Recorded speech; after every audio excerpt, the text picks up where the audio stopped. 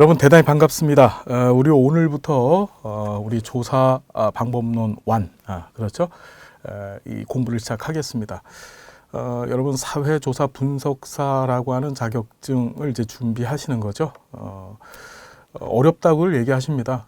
공부 내용이 어렵고 또 우리가 보편화된 지식이 아니죠. 그렇죠? 그러다 보니까 접근도 어렵다고 얘기하는데 여러분 대단한 각오를 갖고서 이 수업을 들으시는 줄 알고 있습니다. 힘내주시고 저도 최선을 다해서 강의하겠습니다. 제 강의만 잘 수강해 주시면은 반드시 좋은 결과가 있을 것을 감히 약속을 드리겠습니다. 자, 우리 교재 보시면은 이제 첫 번째 챕터로 사회과학적 방법이라고 하는 얘기가 나와요. 근데 우리가 교재에 있는 순서를 제가 조금 바꿔서 강의를 할 테니까 여러분 그걸 좀 쫓아와 주십시오. 우리 보시면은 지식 탐구 방법이라는 게 있습니다. 자, 우리는 지금부터 어떤 얘기를 할 거냐면은 진리 와 그다음에 지식이라고 하는 두 가지 얘기를 해볼 거예요. 물론 시험에 나오진 않습니다. 나온 적이 없었기 때문에 나오지 않는다라고 제가 감히 말씀을 드릴 수 있는데 우리가 사회조사 분석을 하는 이유가 도대체 어떤 의미를 갖고 있는가, 그리고 사회조사 분석사가 무엇을 하는 사람들인가에 대한 개념을 잡기 위해서 기본적인 틀을 먼저 좀 이해하자는 그런 취지에서 말씀을 드립니다. 자, 진리라는 것은 이건 영구불변. 뭐라고요, 여러분? 영구불변. 시대나 또는 상황이 아무리 바뀌어도 절대 변화되어지지 않는 지식, 그걸 진리라고 얘기를 하죠.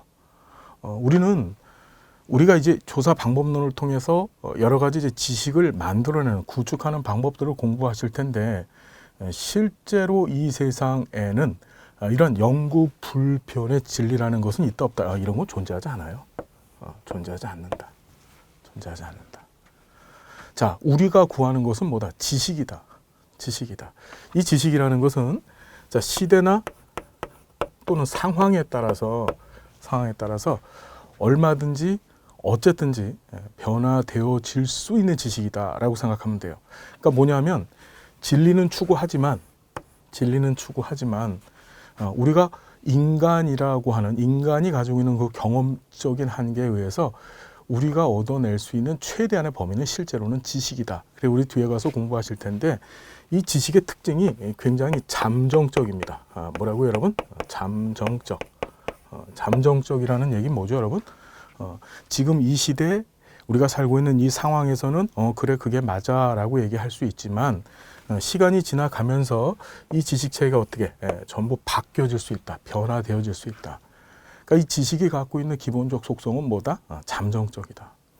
자, 이 지식을 얻는 방법, 어떻게 하면 이 지식을 얻어낼까? 어떻게 하면 지식을 얻어낼 수 있지? 그 지식을 얻는 방법이 크게 두 가지가 있습니다. 그게 뭐냐면 비과학적 방법이라는 것이 있고, 그 다음에 과학적 방법이라는 게 있는 거예요. 물론 이제 우리가 앞으로 중심적으로 공부할 것은 이제 과학적 방법이지만 이 비과학적 방법을 통해서도 우리가 그렇죠? 어떤 현상 또는 사실에 대해서 이것은 이것이다 라고 얘기할 수 있는 그런 알에 관한 알을 추구할 수 있는, 알을 얻어낼 수 있는 방법이 바로 비과학적 방법이라는 것도 있다. 이 비과학적 방법의 대표적인 종류가 뭐냐면 첫 번째가 전통이라는 게 있어요. 전통. 이걸 다른 말로 관습이라고도 합니다. 전통 또는 관습. 자, 전통 관습이란 건 뭐냐면 어떤 과학적 검증 절차도 없이 이전부터 이래 왔으니까 그럴 거야. 과거부터 이래 왔으니까 앞으로도 그럴 거야. 지금도 그래. 그게 바로 전통적으로 얻어진 지식입니다. 우리도 모르는 사이에 굉장히 많은 전통적 지식을 우리 머릿속에 갖고 있어요. 그렇죠. 한번 우리 교재를 보니까 관습, 옆에 전통이라고 쓰셔야 되겠죠.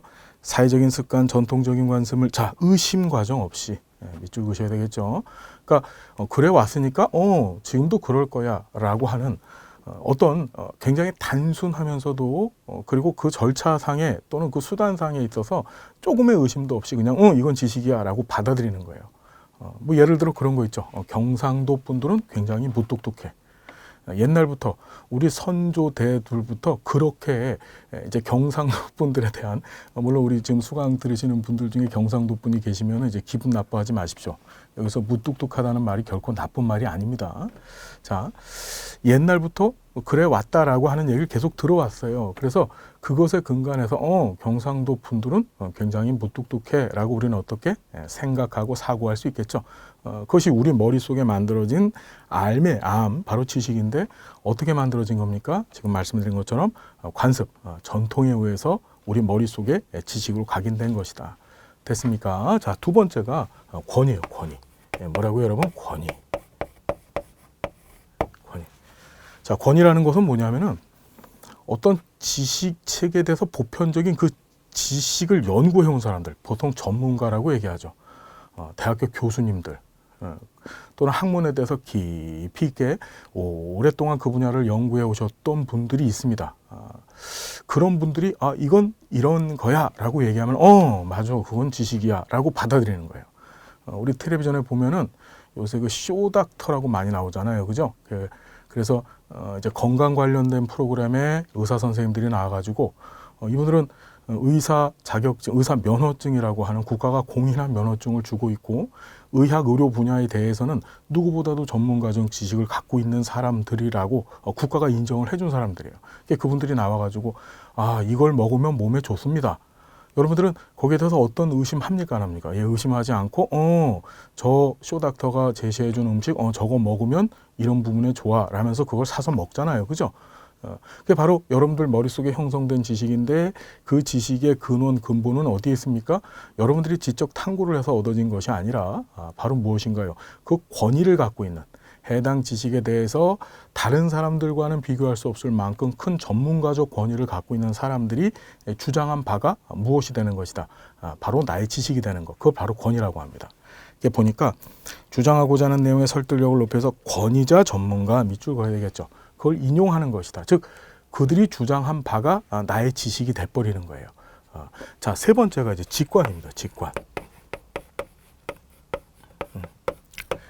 자, 직관도 굉장히 중요한 이제 과학 이제 지식을 얻는 방법 중에 하나인데, 이 직관이라는 것은 일반적으로 과학적 방법하고 좀 비교를 하셔야 되는데, 과학적 방법은 말씀드린 것처럼 지식을 얻음에 있어서 어떤 과학적 수단이나 또는 과학적 절차를 활용해서 지식을 얻는 것이라고 본다면, 얘는 그런 절차가 사라지고 인간이 가지고 있는 뭐다? 경험. 경험에 근거해서 내가 보기에 저거 저렇게 생겼네, 저거 이쁘네, 저거 이렇네 라고 해서 그건 그거야 라고 내가 지식을 습득하는 거예요. 자, 우리 직관을 한번 보시니까 가설 설정 및 추론의 과정, 이것이 이제 과학적 방법에 있어서의 절차거든요. 가설을 설정하고 그 다음에 추론을 해냅니다. 확실한 명제를 토대로 대상에게 직접적으로 지식을 인식을 하는 거예요. 여러분, 인식이라는 단어가 등장했는데 이게 철학에서 사용하는 거죠. 인식이라는 것은 지식을 얻는 방법이란 뜻이에요. 그래서 철학에서는 인식론이라고 하는 그런 분야가 존재를 하죠. 지식을 어떻게 하면 지식을 얻을 수 있을까. 그래서 이 직관이라는 것은 쉽게 말하면 개인의 경험입니다. 개인의 경험이에요. 그러니까 전통이나 권위라는 것이 주로 타인들, 다른 사람들이 내게 주어서 만들어준 지식이라고 본다면 이건 내가 직접 만들어낸 지식이긴 하지만 중요한 게 과학적 방법처럼 어떤 과학적 절차 수단들을 동원해서 한 것이 아니라 내 경험적 감각기관들, 그러니까 내가 보고 내가 느끼고 그 다음에 내가 뭐 맛을 보고, 그렇죠. 이런 내 경험적 감각기관들에 의해서 습득되어진 지식을 우린 무엇이라고 한다? 바로 직관이라고 하더라. 자, 신비가 등장하는데 이거는 뭐 별로 중요치 않습니다. 그냥 한번 읽어보시고요. 그래서 신예언자 초자연적인 존재로부터 지식을 습득하는 것이라고 얘기했는데, 이것까지 지식의 습득 방법이라고 논의하지는 않고요. 일반적으로 비과학적 방법에서의 지식의 습득 방법은 이 전통과 권위와 직관이에요. 얘네들은 뭐다? 지금 말씀드린 것처럼 과학적 절차 또는 과학적 수단, 이런 것들을 사용하지 않은 거예요.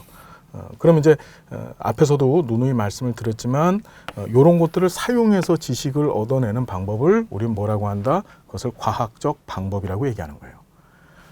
그러니까 다시 정리하자면 지식을 얻는 방법은 비과학적 방법하고 과학적 방법이 있는데 이런 비과학적 방법은 세 가지가 있다. 세 가지가 있다. 우린 이런 것들로 지식을 추구, 탐구 또는 지식을 얻어내는 것이 아니라 뭐 하는 것이다.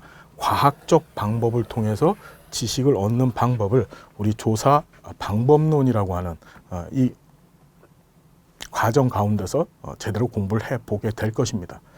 정리됐죠?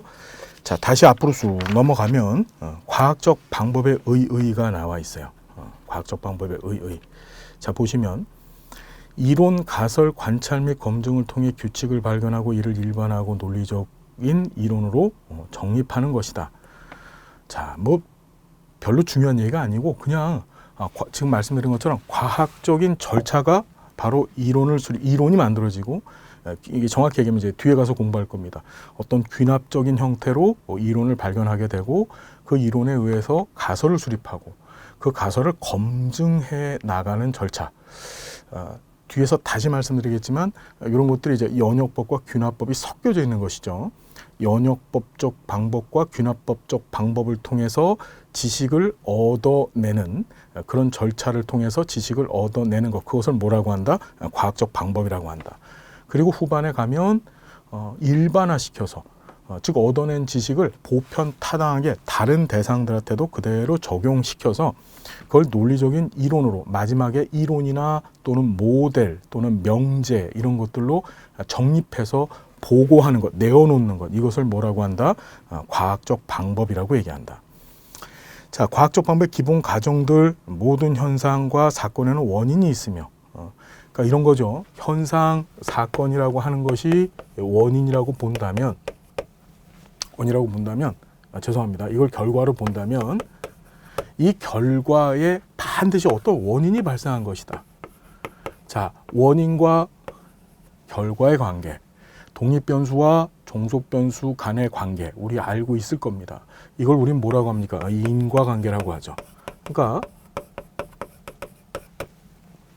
우리는 이 과학적 방법에 있어서의 기본적 가정으로서 뭘 세우냐면은 원인이 있어. 즉 어떤 결과가 발생했는데 결과에는 그 결과를 만들어낸 원인이 존재하고 있고 그 원인을 우리는 어떻게 그 원인을 밝혀냄으로써 그 결과 즉 현상을 어떻게 해석해낼 수 있다.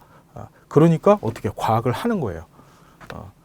도저히 해석해낼 수가 없다. 그럼 과학할 수 있습니까? 없습니까? 그때 못하는 거죠. 자, 자명한 지식 없고 경험적 관찰이 지식의 원천이다. 자명하다는 건 스스로 자기를 드러낸다는 뜻이죠. 그러니까 지식이 현상이나 또는 그 현상에 근거한 지식이 나는 이런 겁니다 라고 스스로 알려주는 것이 아니고 우리가 과학적 방법을 통해서 그 탐구의 절차 수단을 통해서 그 지식을 끄집어내야 된다는 거예요. 무슨 얘기인지 알겠습니까? 수고스럽더라도 지식을 얻기 위해서는 그만큼의 노력이 필요하다 이런 얘기죠. 밑에 보시면 목적이 나와 있는데 여기 보시니까 과학적 방법을 하는 이유가 되겠죠. 보면은 그러니까 우리가 왜 과학적 방법을 사용하느냐 이 얘기인데 자, 사물 대상 현상에 대한 실험과 체계적인 이해를 통해서 인과관계를 설명한다. 인과관계 설명한다. 그래서 독립변수와 종속변수 간의 관계를 드러내서 보게 하고 그리고 현상에 대한 기술이나 묘사를 통해서 사실에 대해서 설명하고 뭐 미래에 대해서 예측 밑줄 그시고요. 그 다음에 논리적이고 지속적인 패턴 알아내고 그 패턴을 통해서 우리는 뭐 한다? 현상을 일반화시키려고 하겠죠. 이론을 바탕으로 현상을 예측하고 뭐 새로운 분야의 탐색이다. 뭐 말 많은데 사실은 이것들을 좀 정리하자면 이런 거예요. 과학의 근본적인 목적을 우리가 4가지 정도로 정리를 하는데 그것이 이제 보고, 기술, 설명, 예측이라는 거예요. 써놓으세요, 여러분. 예측. 우리가 과학적 방법의 목적 또는 조사의 목적이라고 얘기합니다. 이 4가지를. 우리는 이 4가지를 하기 위해서 뭘 하는 것이다? 과학적 방법이라고 하는 수단을 소용해서 4가지를 이루려고 하는 거예요. 자, 이 기술부터 잠깐 볼게요. 기술이란 말 이제 우리가 뒤에서 여러 번 들어보게 될 겁니다. 뭐 기술적 조사라고 하는 데서도 들어볼 거고요. 기술적 연구 또는 기술적 조사, 설명이란 말도 들어볼 건데 내용을 보면 이래요. 기술이란 건 이걸 다른 말로 묘사라고도 해요. 묘사. 자, 기술은 뭐냐? 있는 그대로의 사실. 다시 뭐라고요? 있는 그대로의 사실. 사실을 그대로 끄집어내서 그것만 알려고 하는 거예요. 그걸 기술이라고 해요. 이게 도대체 무슨 소리야? 무슨 이상한 소리지? 자, 예를 들어 이런 거죠. A라고 하는 지역이 있고 B라고 하는 지역이 있었을 때 이 두 지역에 대해서 통계학적으로 인구 분포 조사를 했어요. 인구 분포 조사를 했습니다. 그랬더니 A라고 하는 지역에는 65세 이상 된 노인의 인구 비율이 여긴 30%더라. B라고 하는 지역은 다시 인구 조사를 했더니 노인에 대한 노인 인구 비율이 여긴 20%더라. 여기까지만 조사 또는 연구하는 것을 우리가 기술이라고 해요. 이해돼요? 그러니까 우리 육하원칙 아시죠? 누가, 언제, 어디서, 무엇을, 어떻게, 왜 이렇게 했었을 적에, 자, 앞에 보시면 누가 언제 어디서 무엇을 어떻게까지, 얘는 굉장히 사실적인 얘기들입니다. 내가 어저께 여기 강의실에서 강의를 열심히 강의했다. 그렇죠. 이건 사실적인 얘기들, 묘사될 수 있는 이야기들이에요. 그것들만을 밝혀내는 것을 바로 뭐라고 한다? 기술이라고 한다. 기술. 무슨 얘기인지 아시겠어요? 그래서 보통 이런 기술적인 조사는 뭐다? 전부 이제 통계죠. 통계. 확률적인 의미에 있어서 통계라고 하는 방법을 통해서 이 기술 조사를 수행해냅니다. 어디 몇 퍼센트, 어디는 몇 퍼센트, 어디는 몇 명, 어디는 몇 명, 뭐 이런 식으로, 그죠? 예. 자, 설명이라는 것이 등장하는데, 이 설명, 영어로 explanation이죠. 그러니까 explanation, 설명이라는 것은 뭐냐면은 이런 사실, 즉 기술 묘사되어진 이 사실을 갖다 놓고서 도대체 왜, 바로 육하원칙 중에 마지막인 이 왜가 등장합니다. 왜 이런 일이 발생할 수밖에 없었지? 이걸 밝혀내는 것을 바로 설명이라고 얘기해요. 예를 들어 지금 여기 30%, 20%라고 했어요. A라고 하는 지역은 65세 이상 된 노인의 인구 비율이 30%고 B라고 하는 지역은 20%야. 그러면 여기까지만 조사를 했습니다. 그건 바로 뭐죠? 기술이에요. 그런데 설명이라는 것은 뭐냐? 왜 이 A라고 하는 지역이 B라고 하는 지역보다 노인의 인구 비율이 10%가 더 많을까? 즉, 왜에 대한 뭐다? 원인을 찾아내는 거예요. 원인을. 그렇죠. 이러한 원인 때문에 지금 말씀드린 것처럼 이런 현상, 즉 결과가 나왔다는 것을 밝혀내는 것, 그것을 우리는 뭐라고 한다? 그걸 설명이라고 하는 거예요.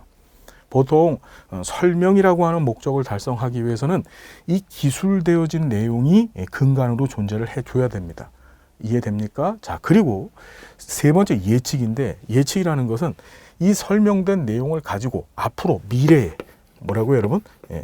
미래에 발생될 수 있는 상황을 예견할 수 있는 거죠. 봤더니 이래요. A라고 하는 지역의 인구 비율이, 노인의 인구 비율이 B라고 하는 지역보다 더 많은 이유를 찾아봤더니 A라고 하는 이 지역에는 노인들을 위한 편의시설들, 물론 그렇지는 않겠지만 편의시설들이 굉장히 B 지역보다 많더라. 그렇죠.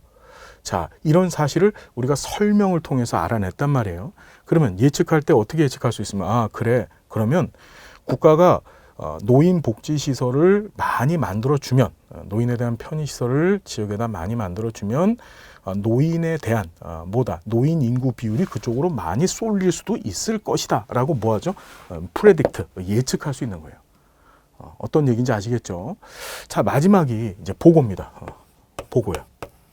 과학적 지식은 과학적 방법으로 습득해낸 과학적 지식은 나만 알고 끝나는 것이 아니라 그것을 어떻게 합니까? 보고 주체들한테 알려줘야 되죠. 보고의 주체인 조사자가 있고 보고의 객체인 대상들한테 봤더니 이런 기술이 일어났고 이런 설명이 있었고 그걸 통해서 이런 예측이 있었다는 걸 갖고 어떻게 보고합니다. 보고해요. 무슨 얘기인지 여러분 이해가 되시나요? 그래서 이 보고가 바로 뭔가요? 우리의 결과물. 바로 뭐죠? 보고서가 되죠. 그래서 과학적 지식의 절차를 계속 말씀드렸는데 절차의 마지막 단계는 항상 이 보고를 함으로써 종결됩니다. 자, 우리 교재가 지금 목적에서 그 얘기를 지금 하고 있는 거예요. 사물 대상 현상에 대한 실험적인 체계 이해를 통해서 인간에게 설명한다. 이게 바로 설명 얘기죠. 설명 얘기. 그죠? 그다음에 현상에 대한 묘사, 사실에 대해서 설명한다라고 했는데 기술이나 묘사라고 해서 그것이 지금 바로 뭔가요? 이 기술 묘사를 얘기하고 있는 겁니다. 육하 원칙 중에서 누가 언제 어디서 무엇을까지. 그리고 자이미 선생의 논리적이고 지속적인 패턴을 알아낸다. 이 얘기도 사실 어디 있나요? 패턴을 알아내는 것도 이 설명에 관한 설명을 지금 하고 있는 거죠. 그렇죠? 봤더니 이런 경향이 발생하고 있어. 도대체 어떤 이유일까? 그죠? 그러니까 설명이나 또는 기술에 관한 얘기를 이렇게 장황하게 얘기를 하고 있는 거고. 그 다음에 현상을 바탕으로 예측한다. 지금 예측이 나왔습니다. 그렇죠? 새로운 분야에 대한 탐색이다. 뭐 이 정도 넘어가겠습니다. 그래서 목적은 다시 정리합니다. 보고, 기술, 설명, 예측 이렇게 네 가지로 좀 정리를 해 주시기 바랍니다. 됐죠? 자, 과학적 방법의 특징은 시험에 참 자주 많이 등장을 합니다. 과학적 방법이 이런 비과학적 방법과 어떤 차이점을 갖고 있는가. 일단은 과학적 방법이라는 것은 과학적 절차와 과학적 수단을 활용해서 지식을 탐구하는 방법이다 라고 하는 것까지 아신 상태에서 자, 볼게요. 자, 재생 가능성이라고 합니다. 일정한 절차와 방법을 되풀이하면 누구나 같은 결론을 내릴 수 있는 가능성이다. 과학적 지식은 동일한 조건에서 동일한 결과가 재현되어야 된다. 무슨 소리죠? 동일한 독립변수, 즉 동일한 원인이 제공되어지면 동일한 결과가, 즉 동일한 종속 변수가 나와줘야 된다. 그 얘기죠. 이해되나요? 그러니까 같은 원인을 제공했음에도 불구하고 결과가 그때마다 틀려져요. 그렇다면 여러분은 어떻게 과학적 목적에도 위반되는 일이 발생하는 거죠. 이걸 우리가 뭐라고 한다? 조사에 있어서 또는 연구에 있어서 재생 가능성이라고 하더라. 자, 경험성. 이걸 이제 정확히는 이제 경험적 검증 가능성이라고 하는 거예요. 뭐라고요? 경험적 검증 가능성.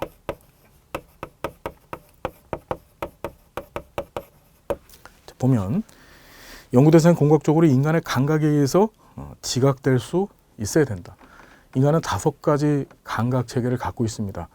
연구의 대상은 이런 5가지를 통해서 어떻게 지각되어지고 그래야만 어떻게 우리는 연구할 수 있는 거예요. 그러니까 예를 들어서 이런 거죠. 신이다. 신. 여러분들이 어떤 종교를 갖고 계신지는 모르겠는데 신을 우리가 볼 수 있습니까? 예, 신을 만질 수 없죠. 신의 냄새 맡을 수가 없습니다. 이해가 되시나요? 우리가 과학적 방법 또는 절차를, 그러니까 과학적 방법을 수행했을 때 그 수행의 대상은 누구다? 무엇이다? 바로 우리의 5가지 감각을 통해서 인지할 수 있는, 체험할 수 있는 그 대상만을 바로 무엇이라고 한다? 과학적 대상, 연구의 대상으로 삼는다. 그것을 바로 뭐라고 한다? 경험적 검증 가능성이라고 얘기하는 거예요. 인과성, 인과, 원인 인자의 결과 같자죠. 원인과 결과가 존재한다 이 얘기입니다. 그래서 모든 현상은 자연 발생하는 것 아니고 그걸 우리가 앞에서 뭐라고 얘기했습니까? 자명하지 않다 그런 얘기죠. 자명한 것은 없고 어떤 원인에 의해서 나타난 결과이며 그것을 논리적으로 어떻게 설명할 수 있어야 되고, 자, 객관성이 등장하고 상호주관성이 등장하는데 이걸 좀 잘 구분하셔야 돼요. 자, 봅시다. 건전한 감각기관을 가진 여러 사람이 같은 대상을 인식하고 그로부터 얻은 인상이 일치하는 것이다. 동일한 실험을 행하는 경우 서로 다른 주관적 동기가 있어도 표준화된 도구와 절차 등을 통해서 누구나 납득할 수 있는 결과가 나타나야 된다. 그러니까 객관성이라는 것은 주관성의 반대죠. 그렇죠. 그러니까 개인이 가지고 있는 주관적 가치가 반영되어져서 어떤 결과물을 만들어내는 것이 아니고, 그렇죠. 어떤 현상이 발생함에 있어서 그 현상의 보편 타당함을 어떻게 우리가 인지해야 된다는 거예요. 그러니까 과학은 결국 객관성을 추구합니다. 주관성을 추구하는 것이 아니에요. 조사자가 갖고 있는 주관성을 추구하는 것이 아니죠. 그러다 보니까 이 객관성은 어떤 특성을 갖고 있냐면은 같은 조사 방법, 같은 조사 수단을 갖고 있는 사람이라고 한다면 그 조사 방법과 수단을 가지고 연구를 또는 조사를 시행했었을 때 같은 결과물이 나올 수밖에 없다는 거예요. 이해되나요? 자, 이제 상호주관성, 이걸 다른 말로 간주관성이라고 얘기합니다. 보니까 영어로 intersubjective라고 하는데, 자 볼게요.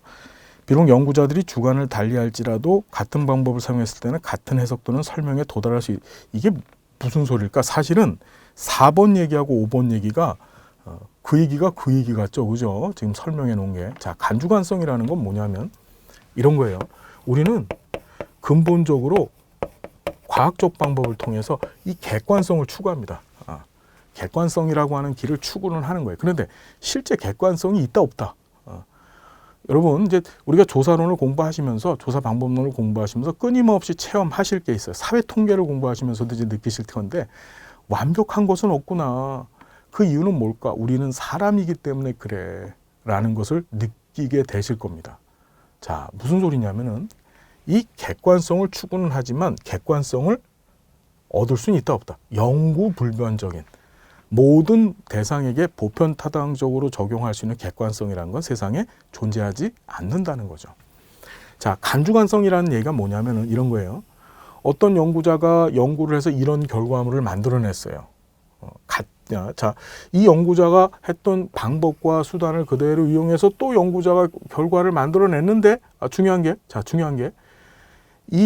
같은 수단과 절차를 사용해서 연구 결과를 만들어냈지만 그 결과가 서로 똑같을 수는 있다 없다. 없다. 절대 없다. 우리 그런 거 있죠. 여론조사 같은 거 많이 하잖아요.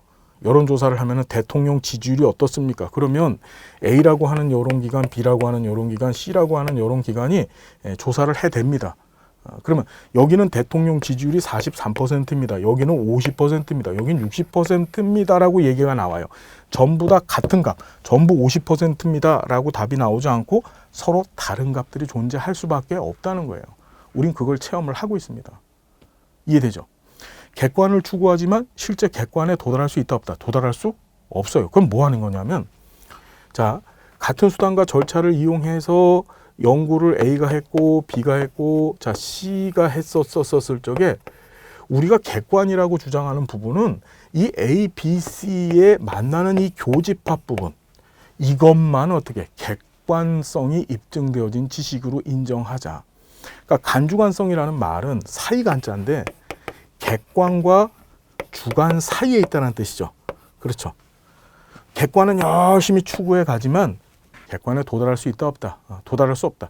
결국 우리는 이 주관에서부터 시작해 갖고 열심히 달려서 객관까지 가지만 완벽한 객관에 못 도달하고 이쯤에서 멈춘다. 그 멈추는 시점이 어디냐면 이런 과학자들, 연구자들의 보편적으로 그들이 주장하는 객관화가 모여진 그 교집합 부분만을 갖고 우리는 뭐라고 한다. 객관성이라고 얘기하자. 그러니까 잘 보십시오, 여러분.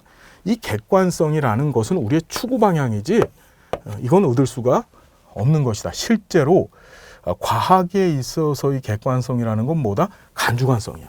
하나 써놓으세요.